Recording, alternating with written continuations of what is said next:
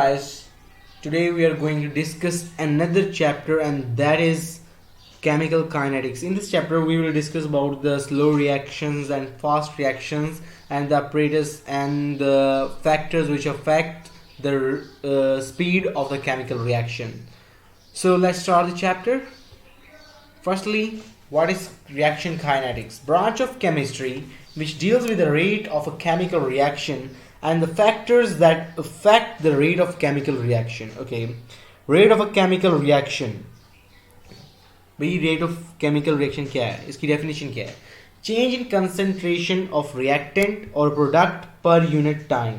अभी डेफिनेशन कहती क्या है, क्या इसका मतलब है, ये हम आगे जाके डिटेल में पढ़ लेते हैं. अभी ठीक है. रेट जो है हमारे पास वो किसके इक्वल है? डेल्टा सी मीन्स मतलब कि चेंज इन कंसंट्रेशन और delta T means change in time. Okay. With respect to the speed of a chemical reactions, they are divided into three types. इस reactions की तीन types हैं. वो क्या है? Fast reactions. जो फास्ट रिएक्शंस हैं उनको हम मेजर नहीं कर सकते. ठीक है, मतलब कि precipitation reaction, double displacement reaction. ठीक है, इनको हम इतने फास्ट होते हैं कि अभी बंदा एक ब्लिंक में ही इतनी जल्दी जल्दी यानी कि ख़त्म हो जाते हैं, हो भी जाते हैं. और जो स्लो रिएक्शंस हैं इनको भी हम नहीं कर सकते, यानी कि इनको हम कर सकते हैं लेबोरेटरी के अंदर. मतलब कि preparation of gases H2, O2, CO2 and Cl2 and ammonia etcetera के. और जो नंबर 3 पे हमारे पास वो है कि वेरी स्लो रिएक्शन. इनको भी हम जो है मेजर नहीं कर सकते क्योंकि इनमें काफ़ी ज़्यादा ईयर्स लग जाते हैं और क्या कहते हैं हम डेकेड्स भी लग सकते हैं, तो इनको भी हम नहीं कर सकते मेजर. ओके, तो रस्टिंग ऑफ आयरन इसकी एग्जांपल. ठीक है, we can determine the rate of only those reactions which are slow. So, moving forward, physical methods which are used to determine the rate of a chemical reaction. Okay, decrease in mass of reactant और increase in volume of product. इसका मतलब क्या है ये हम आगे देख लेते हैं. ये रहे भाई जी, ये आपको जो डायग्राम है ना, ये बहुत ही इंपॉर्टेंट है और ये 3-4 नंबर के लिए आपको ड्रॉ करने के लिए आ सकती है और आई भी हुई है पास्ट पेपर्स में. Okay, so with respect to decrease in mass of reactant. Okay, तो इसके अंदर हमारे पास देखें एक ये हमारे पास क्या होगी, ये फ्लास्क होगी हमारे पास. ठीक है, इसके अंदर हम क्या रखेंगे? सॉल्यूशन. एक तो हमारे पास सॉल्यूशन होगा, सॉलिड्स होंगे, मार्बल चिप्स कह सकते हैं इनको. ठीक है, और जिसके हमने इसका मैस करना है, एक बैलेंस चाहिए हमें. और रिएक्शन के लिए आपको पता ही है कि स्टॉप वॉच मस्ट है, और ताकि ये वेपर्स इसके जो इवेपोरेट ना हो तो कॉटन वूल प्लग लगा देंगे हम. ठीक है, ये किसके लिए? With respect to decrease in mass of reactant. और इसी तरह जो होती है ये with respect to increase in volume of product. So ये तो आपने याद कर लेनी, इसमें कोई समझाने वाली बात नहीं है, बस इसमें आपने इसको देख लेना है और ये बनाने के लिए आ सकती है ड्रॉ करने के लिए. ठीक है, तो आपने इसी तरह का सेम बनाना है. ये इंपॉर्टेंट है. Graphical representation of mass of flask plus contents versus time. चलें जी, अब देख लें. अभी कहता क्या है कि देखिए, जैसे जैसे रिएक्शन स्टार्ट होगा टाइम इंक्रीज होता जाएगा. ठीक है, जैसे जैसे टाइम इंक्रीज होता जाएगा मास ऑफ फ्लास्क मतलब कि जो कंटेंट्स रिएक्टेंट्स होंगे वो डिक्रीज होते जाएंगे और क्या होता जाएगा, जो है वो प्रोडक्ट्स हमारे पास इंक्रीज होते जाएंगे. ओके ओके, सो क्योंकि हमारे पास जो है मास जो है जो रिएक्टेंट्स है वो प्रोडक्ट्स में कन्वर्ट होते जाएंगे, तो ऑब्वियस सी बात है कि जो कंटेंट्स ऑफ वो हैं फ्लास्क वो डिक्रीज करेंगे और जो प्रोडक्ट्स हैं वो इंक्रीज करेंगे. ठीक है, दूसरी साइड पे क्योंकि प्रोडक्ट्स बन रहे हैं हमारे पास, तो वॉल्यूम जो है हमारे पास क्या करेगा, वॉल्यूम इंक्रीज करेगा ना टाइम के साथ. जो रिएक्टेंट्स हैं वो कंज्यूम होते जाएंगे और प्रोडक्ट्स बनते जाएंगे. तो ये देखें ना, जैसे जैसे ये प्रोडक्ट्स कंज्यूम होते जाएंगे तो यहाँ पे गैस बनती जाएगी. ठीक है, तो वॉल्यूम इंक्रीज करेगा. Loss of mass versus time. Mass क्योंकि लॉस हो रहा है ना, तो एज लॉस ऑफ मैस, अब कंटेंट्स ऑफ जो फ्लास्क हैं वो लॉस हो रहे हैं, तो लॉस आहिस्ता आहिस्ता इंक्रीज हो रहा है ना, इंक्रीज हो रहा है, तो इसलिए हमारे पास ये इस शेप में बनेगा. ठीक है, और क्योंकि वर्सेस ये टाइम के साथ हमारे पास रिलेशन आया इधर. और रेट ऑफ रिएक्शन हमेशा इस तरह ही होगा, ये रट्टा मार लें. ठीक है, हमेशा रेट ऑफ रिएक्शन का ग्राफ इस तरह होगा. ठीक है, ओके जी, moving forward. collision theory. Chemical reaction take place when the reactants particles collide with each other. All collisions do not form products.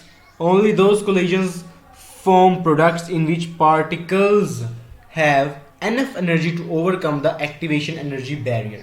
Those collisions which form the product, they are known as effective collisions. मतलब ये कहना ये चाह रहा है कि जो हर collision है ना, मतलब कि देखें ना, फर्ज करें जिस तरह हम बायो में भी पढ़ते हैं कि एक इंजाइम है, उसकी ये शेप है, तो फर्ज करें एक इस तरह का एक सबस्ट्रेट आया, ठीक है, एक इस तरह का क्या आया, सबस्ट्रेट आया, वो इसके अंदर आके फिट हुआ ही नहीं, इसको कोलाइड तो उसने कर दिया लेकिन इसके अंदर आके बिल्कुल फिट नहीं हुआ, तो क्या हुआ, प्रोडक्ट नहीं बनेगा ना, तो ये इफेक्टिव कोलिजन नहीं हुई। इफेक्टिव कोलिजन वो होगी जिसके अंदर ये कॉम्प्लीमेंट्री यानी कि आपस में सब इंजाइम सबस्ट्रेट कॉम्प्लीमेंट, जिस तरह हम बायो में पढ़ते हैं, तो वो चीज़ें प्रोडक्ट्स बनाती हैं, ठीक है। तो यहाँ पे प्रोडक्ट हमारे पास नहीं बनेगा, तो ये इफेक्टिव कोलिजन नहीं होगी। और इफेक्टिव कोलिजन क्या होगी, जिसके अंदर हमारे पास प्रोडक्ट बनेगा, वो हमारे पास होंगी इफेक्टिव कोलिजन्स। ओके जी, ये तो वैसे ही है, ठीक है। Factors affecting the rate of a chemical reaction, temperature for all reaction, pressure और वॉल्यूम ओनली फॉर गैसेस, ये हमने पीछे चैप्टर के अंदर भी पढ़ लिया हुआ है, ठीक है। तीसरे नंबर पे हमारे पास कंसंट्रेशन ऑफ रिएक्टेंट्स, ये solids and gases and solution, ठीक है, तीनों के लिए। कैटलिस्ट स्पेसिफिक रिएक्शंस के लिए होता है। अब ये नहीं है कि हर रिएक्शन के अंदर हम वो डाल दें, कैटलिस्ट डाल दें, हर रिएक्शन के अंदर नहीं डाल सकते, स्पेसिफिक रिएक्शंस के अंदर डाल सकते हैं, और स्पेसिफिक रिएक्शंस के लिए स्पेसिफिक कैटलिस्ट होते हैं, ठीक है। ओके जी, आगे देखें। Surface area of solids, surface area सिर्फ सॉलिड्स के लिए होता है, ठीक है। और लिक्विड लाइट, ये फोटोकेमिकल रिएक्शंस के लिए होती है हमारे पास। फोटोकेमिकल मतलब जो लाइट की प्रेजेंस के अंदर जो रिएक्शंस होते हैं हमारे पास, ठीक है। ओके जी, study of reaction rate by using graph, ठीक है जी। Point A, maximum speed of chemical reaction due to high concentration of product reactants, there is more frequent collision. देखिए ना भैया, रिएक्शन स्टार्ट हुआ है, तो अभी रिएक्टेंट्स ज्यादा हैं, तो देखिए यहाँ पे इसकी स्पीड भी ज्यादा है, ठीक है। स्पीड ज्यादा है तो क्या कहते हैं, कोलिजन ज्यादा होगी, मैक्सिमम प्रोडक्ट्स बनेंगे यहाँ पे, ठीक है। आगे पॉइंट बी पे रिएक्टेंट्स कम हो गए, स्लो हो गया रिएक्शन, ठीक है। देखिए इसे दूर तक जाता जा रहा है हमारे पास, किससे दूर जाता जा रहा है, ये देखिए इससे दूर होते जा रहा है हमारे पास वाई एक्सिस से, ठीक है, ये देखें। तो रिएक्शन की स्पीड जो है वो स्लो होती जा रही है क्योंकि रिएक्टेंट्स कंज्यूम होते जा रहे हैं। Okay, point D, no more products. यहाँ पे आगे देखें बिल्कुल पैरेलल बन गई, इसका मतलब है कि रिएक्टेंट्स फिनिश हो गए हैं या रिएक्शन फिनिश हो गया है, नो मोर प्रोडक्ट्स, ठीक है। सो सिंपल इतना सा कॉन्सेप्ट है, इतना कोई टेक्निकल नहीं है, ठीक है। आगे देखें, हाँ यहाँ से ये आपको समझने वाली बात है, बस देखें इफेक्ट ऑफ टेम्परेचर। चलिए देखें, ये तीन हमारे पास हैं, तीन ग्राफ बनाए हुए हैं, इधर तीन उसके ऊपर लाइंस शो की हुई हैं। अब हमें बताना है कि कौन सा लाइन कौन से अल्फाबेट को रिप्रेजेंट कर रहा है, ठीक है।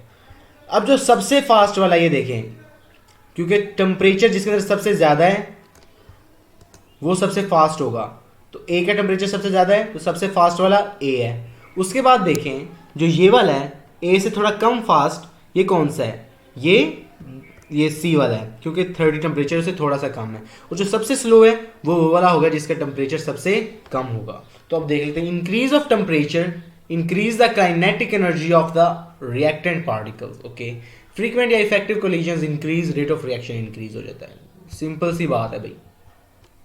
आगे इफेक्ट ऑफ प्रेशर किसके लिए होता है, हमारे पास सिर्फ गैसेस के लिए होता है, मैं दोबारा बता रहा हूं आपको, ठीक है। चलिए जी, अब देखें यहाँ पे फिर से तीन उसी तरह कर्व्स आ गई हैं, ठीक है। तो उसने कहा है कि हमारे पास कौन सा अल्फाबेट कौन से लाइंस को शो कर रहा है, कर्व्स को शो कर रहा है। चलिए जी, जो सबसे ज्यादा प्रेशर होगा कौन सा होगा, सबसे ज्यादा प्रेशर किसका है, बी का है, तो ये सबसे ज्यादा जो फास्ट है वो 6 वाला यही होगा, बी यही है, ठीक है। उसके बाद 2 ATM है, तो 6 के बाद जो नीचे वाली लाइन है वो 2 ATM वाले की हो जाएगी। जो सबसे कम है वो सबसे कम वाले की जो है वो सी वाले की ये आ गई, क्योंकि 1 प्रेशर सबसे कम है उसका। इंक्रीज ऑफ प्रेशर और डिक्रीज इन वॉल्यूम ये इफेक्ट करता है, ठीक है। क्योंकि एक ही बात है ना, मैंने आपको पिछले लेक्चर में बताया था, इंक्रीज ऑफ प्रेशर कर लें या डिक्रीज इन वॉल्यूम कर लें, क्योंकि ये आपस में क्या है, इनवर्सली प्रोपोर्शनल है, प्रेशर एंड वॉल्यूम। ओके, तो रेट ऑफ रिएक्शन क्या होगा, इंक्रीज कर जाएगा।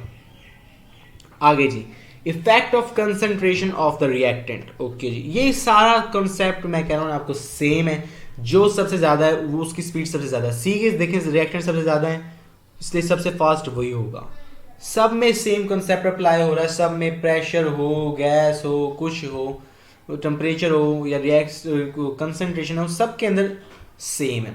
सिर्फ कैटलिस्ट के अंदर थोड़ा सा डिफरेंट है, वो देख लें। They are specific for specific reactions, ठीक है। Lower down the activation by providing an alternate route, ठीक है, ये ऑल्टरनेट रूट प्रोवाइड करता है, बाकी कोई नहीं करता।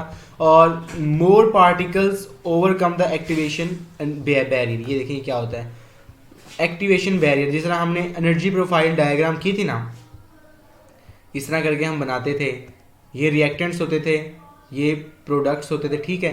तो ये जो कैटलिस्ट होता है ना, ये इस एनर्जी बैरियर को कम करके ये जरा यहाँ से प्रोडक्ट्स बना देगा, ठीक है। तो ये देखिए, इसके लिए एक्टिवेशन एनर्जी कम होगी ना, जबकि अनकैटलाइज्ड के लिए एक्टिवेशन एनर्जी ज्यादा थी, तो ये एक्टिवेशन एनर्जी को बैरियर को कम कर देता है, ठीक है, जिसकी वजह से इफेक्टिव कोलिजन्स इंक्रीज कर जाती है। ओके जी, आगे हमारे पास आ गया प्रेजेंस ऑफ लाइट। ये तो बहुत कम आता है, ठीक है। तो ये वो रिएक्शंस होते हैं जो in the presence of light होते हैं, लाइट के बगैर नहीं हो सकते। Only for photochemical reactions, photo mean light, chemical reactions mean chemical reactions, increase the kinetic energy of the reactant particles, frequency of collisions increases and rate of reaction increases. Simple सी बात है यार, इसमें कोई लॉजिक वॉजिक नहीं है। हाँ, ये जरा इंपॉर्टेंट सेक्शन है इस चैप्टर का, इंक्रीज ऑफ सरफेस एरिया। देखें यार, ये देखें, फर्ज करें मेरे पास इतना बड़ा सॉलिड था ये, ओके, इतना बड़ा सॉलिड है, ठीक है। चलो फर्ज कर लें 3 यहां से आ रहे हैं, 3 यहां से आ रहे हैं, 3 यहां से आ रहे हैं इसके साथ कोलाइड करने के लिए, ठीक है ना, पार्टिकल्स इसके साथ कोलाइड करने के लिए आ रहे हैं इधर से, ठीक है। 3 यहां से आ गए, 3 यहां से आ गए, 3 यहां से आ गए, और यहां से भी इतने आ गए, ठीक है। तो यहां पे कितने हो गए टोटल कितने हो गए, 6 और 6 12 हो गए, ठीक है। अगर मैं इसी को जरा स्मॉल साइज में कर दूं, इसको मैं जरा तोड़ के थोड़े थोड़े साइजेस में कर दूं, like this, like this, like this, like this and this. अब देखें यहाँ टोटल कितने आ रहे हैं, 12। फर्ज करें हम 2 यहाँ पे आ रहे हैं, 2 यहाँ पे आ रहे हैं, 2 यहाँ पे आ रहे हैं, 2 यहाँ पे आ रहे हैं। तो फर्ज देखें, एक के अंदर कितने आ रहे हैं, 8 आ रहे हैं, और मैंने कितने बना दिए इसके अंदर से, 1 2 3 4 5 6 7। तो 7 को अगर 8 से मल्टीप्लाई तो इससे कितने टाइम्स ज्यादा है। तो देखिए, जब सरफेस एरिया इंक्रीज हुआ तो क्या हुआ, फिर हमारे पास रेट ऑफ रिएक्शन ज्यादा हो गया, क्योंकि इफेक्टिव कोलिजन्स ज्यादा हो जाएंगी। ओके, आगे चलिए जी। ये भी कोई इतना मुश्किल नहीं है, ये बस ड्रॉ करने के लिए आता है, तो इसको मैं आपको कंसेप्ट समझा देता हूँ। ये देखें जी, तो सबसे पहले वो हमारे पास इस तरह का एक टेबल दे देगा कोई भी, ठीक है। चलें जी, अब हमें पता होना चाहिए क्या, मैं भी बता देता हूं आपको। देखिए, अब फर्ज कर लें आप, ठीक है, मैंने पहले ये ड्रॉ करनी है, ठीक है, मैं पहले ये ड्रॉ कर लेता हूं। इसका मोल्स 1 है, कंसंट्रेशन कितनी है, 2 है। चलें जी, ये कंसंट्रेशन होगी मेरे पास, ठीक है, ये हो गया मेरे पास, ठीक है। कर्व बनानी है, ये जरा मेरे से थोड़ा सा गलत बना है, लेकिन आप कर्व बनाएंगे, ठीक है। चलो, ये मेरे पास कौन सा हो गया, रिएक्शन 1 आ गया ये वाला मेरे पास। चलो जी, रिएक्शन 1 मैंने बना लिया, ठीक है। नंबर 2 पे अब देखें, कंसंट्रेशन क्या हो गई है, क्या हो गई, कंसंट्रेशन कम हो गई है ना, कि क्या हो गई है, कम हो गई है हमारे पास। तो अब मैं क्या करूंगा, इसको कम कंसंट्रेशन मतलब कि इधर से लाऊंगा, ठीक है।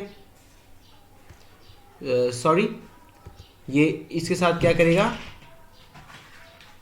देखिए भाई, ये कंसंट्रेशन इसकी कम है तो ये इसके नीचे से जाएगा, ठीक है। लेकिन क्योंकि इनके मोल सेम है तो प्रोडक्ट्स क्या बनेंगे, इक्वल बनेंगे, ठीक है। प्रोडक्ट्स क्या बनेंगे, इक्वल बनेंगे। चलिए जब देखें, इसकी कंसंट्रेशन तो 1 है लेकिन मोल्स ज्यादा हैं तो ज्यादा प्रोडक्ट्स बनेंगे। तो क्या है, कंसंट्रेशन इसकी सेम है तो ये दोनों सेम सेम जाएंगे यहाँ से कंसंट्रेशन, और ये यहाँ से ऊपर निकल जाएगा, ठीक है, क्योंकि प्रोडक्ट्स ज्यादा बनेंगे, क्योंकि मोल्स ज्यादा हैं, प्रोडक्ट्स ज्यादा बनेंगे। तो ये हमारे पास रिएक्शन 3 हो गया और ये वाला रिएक्शन 2 हो गया, ठीक है। आई होप ये आपको क्लियर होगा। हम इसकी एक और एग्जांपल कर लेते हैं नीचे, ठीक है। चलिए जी, अब उसने क्या कहा है, concentration 2 moles per DM cube, ठीक है, कंसंट्रेशन है हमारे पास, और ये क्या है हमारे पास, मोल्स, ठीक है जी। अब कंसंट्रेशन जिसकी 2 है, मैं आपको यहाँ पे बना के दिखा देता हूँ, ये देखें जी, ये बना लिया मैंने, एक ये, चलो जी डन हो गया, ठीक है। अब ये देखें जी, एक मैंने बना लिया यूं करके, जो 2 वाला है ना, 2 मोल्स, चलो फर्ज कर लो मेरे पास, ये गलत बन गया, ये बन गया, ठीक है।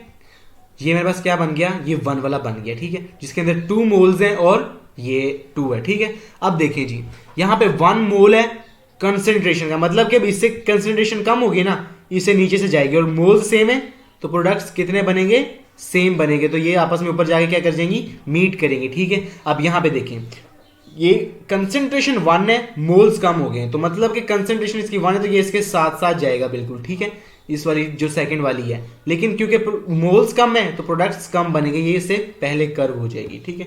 तो ये सिंपल सा कॉन्सेप्ट है इसका, बस इतना कोई मुश्किल नहीं है, ठीक है। तो बस इतना ही है, आई होप ये आपको क्लियर होगा। अब नेक्स्ट हम जो है वो ये देख लेते हैं क्या है, enzymes. Enzymes are biological catalyst they are organic molecules, okay. Characteristics इनके काम क्या, इनका फीचर क्या है ऑफ एंजाइम्स का, दे आर वेरी स्पेसिफिक। मैंने आपको पहले ही बताया कि हर रिएक्शन के लिए स्पेसिफिक है, ऐसा नहीं है कि हम हर रिएक्शन के अंदर अपनी मर्जी से कोई एंजाइम लगा लें, कैटलिस्ट लगा लें, ऐसा कोई सीन नहीं है, ठीक है। Enzymes are sensitive to temperature, मतलब क्या है कि ये एक ऑप्टिमम टेम्परेचर पे काम करते हैं, टेम्परेचर ज़्यादा बढ़ा दिया जाए तो डीनेचर हो जाते हैं, काम करना छोड़ देते हैं, ठीक है। और अगर टेम्परेचर ज़्यादा कम कर दिया जाए तो ये इनएक्टिव हो जाते हैं, और अगर ज़्यादा बढ़ा दिया जाए तो डीनेचर हो जाते हैं, ठीक है। Enzymes are sensitive to pH के लिए भी सेम सीन है, ठीक है। क्योंकि अब देखें ना, हमारे स्टमक के अंदर जो HCl है वो, इसके अंदर एक एंजाइम है पेप्सिन, अब वो ज़रा एसिडिक पीएच पे काम करता है, अगर हम उसको ज़रा दूसरे एल्कलाइन मीडियम प्रोवाइड करेंगे तो वो काम नहीं करेगा, ठीक है। इंडस्ट्रियल यूजेस क्या है इससे, they are added to detergents from bacteria used to make hard meat tender. These enzymes can be found in papaya fruit. Yeast converted to sugars into alcohol and carbon dioxide by fermentation. Enzymes from the fungi can be used. यानी कि ये तो general information है, ये आपको याद करनी है बस, तो इसके अंदर कोई कंसेप्ट्स नहीं है, तो ये आपको वैसे ही याद कर लेनी है। बाकी जो है ये ज़रा इंपॉर्टेंट है, ये ड्रॉ करने के लिए आ जाता है 2-3 नंबर के लिए, बाकी सारा तो ईजी है, मैंने आपको समझा दिया। और अगर आपको कोई भी फिर भी कोई क्वेरी हो, कोई डिफ़िकल्टी हो, तो आप कमेंट्स के अंदर करके पूछ सकते हैं, and I will reply to you as soon as possible, okay. So thanks for watching.